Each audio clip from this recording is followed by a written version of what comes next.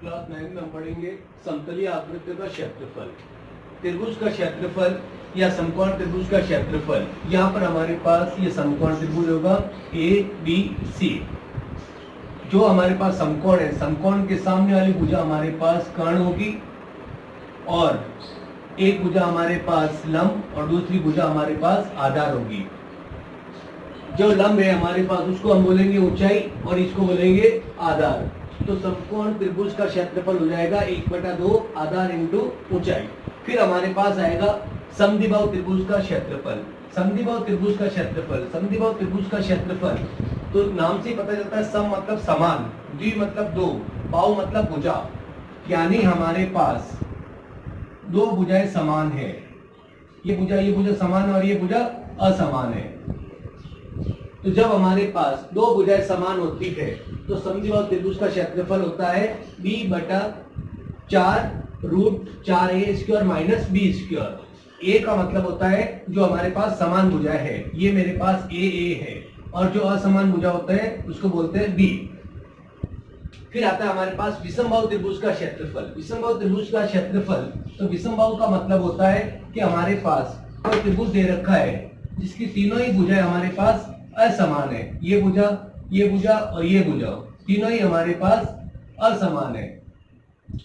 जब तीनों ही भुजाएं असमान दे रखी होती है तो a के सामने होता है स्मॉल a, b के सामने होता है स्मॉल b और c के सामने होता है स्मॉल b। तो हम उसको क्षेत्रफल ज्ञात करने के लिए हीलोन का फॉर्मूला लगाते हैं। हीलोन का फॉर्मूला होता है हमारे पास s - a, s - b और s - c। अब s कैसे ज्ञात करते हैं? जो हमारे पास तीनों भुजाएं होती है a + b + c, उसमें अपन 2 का भाग दे देते हैं जिससे हमारे पास s का मान आ जाता है, और s होता है त्रिभुज का अर्ध परिमाप। फिर हमारे पास आता है समबाहु त्रिभुज का क्षेत्रफल। समबाहु त्रिभुज, समबाहु का मतलब होता है वह त्रिभुज जिसकी तीनों ही भुजाएं हमारे पास समान हो, a b c, यानी तीनों ही भुजाओं की नाप एक जैसी हो, उसे बोलते हैं समबाहु त्रिभुज। तो समबाहु त्रिभुज का क्षेत्रफल होता है √3/4 भुजा स्क्वायर।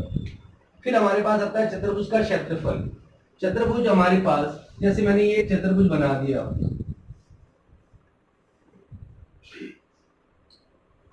तो चतुर्भुज का क्षेत्रफल होता है मेरे पास, ये मेरे पास ये PQRS, सपोज ये चतुर्भुज हो गया, और ये मेरे पास PR किसका विकर्ण है। तो चतुर्भुज का क्षेत्रफल होता है 1/2 इंटू विकर्ण, और विकर्ण पर डाले गए लंबों का योग।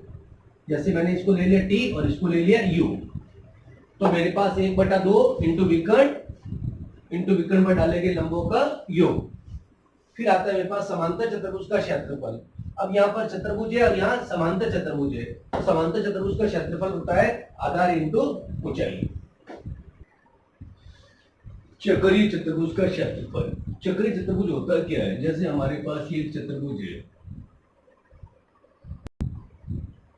अब इसके 4 वर्टेक्स है A B C D, यानी इसके 4 शीर्ष है, और इसके चारों शीर्ष किसी वृत्त के अंदर हो, उसे चक्रीय चतुर्भुज कहते हैं। यानी ऐसा वृत्त जिसमें चतुर्भुज के चारों शीर्ष टच हो रहे हैं उसे चक्रीय चतुर्भुज कहते हैं। चक्रीय चतुर्भुज का क्षेत्रफल होता है s - a, s - b, s - c, s - d। जहाँ ABCD हमारे पास भुजाएं और s, इन सभी भुजाओं का योग, यानी a + b + c + d/2। सम चतुर्भुज का क्षेत्रफल। सम चतुर्भुज का मतलब होता है कि हमारे पास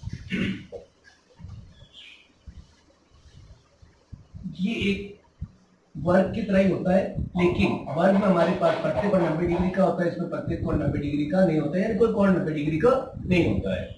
PQRS। तो सम चतुर्भुज का क्षेत्रफल 1/2 इंटू विकर्ण, ये हमारे पास ये विकर्ण होते हैं। तो विकर्ण कौन कौन से होंगे मेरे पास? PR और QS। तो सम चतुर्भुज का क्षेत्रफल हो गया 1/2 इंटू विकर्णों की लंबाई का गुणनफल। या हमारे पास जब विकर्ण नहीं दे रखे हो, आधार और ऊंचाई दे रखे हो प्रश्न में, तो हम दूसरा फॉर्मूला ये भी लगा सकेंगे, आधार इंटू ऊंचाई। फिर हमारे पास आता है समलंब चतुर्भुज का क्षेत्रफल। तो समलंब चतुर्भुज होता क्या है? ये इस प्रकार का एक समलंब चतुर्भुज होता है जिसमें हमारे पास एक पेयर हमारे पास समांतर होता है, चाहे ये हो चाहे ये हो, एक पेयर हमारे पास समांतर होता है, एक युग्म हमारे पास समांतर होता है। तो समांतर चतुर्भुज का क्षेत्रफल 1/2 इंटू समांतर भुजाओं का योग, यानी ये भुजा मेरे पास SR और PQ इंटू समांतर भुजाओं के बीच की दूरी, इसके बीच की ये दूरी। तो सममित चतुर्भुज का क्षेत्रफल 1/2 समांतर भुजाओं का योग इंटू समांतर भुजाओं के बीच की दूरी। फिर आता है मेरे पास पतन का क्षेत्रफल। पतन, अब पतन क्या होती है ये देखिए, ये इस प्रकार की हमारे पास एक काइट होती है।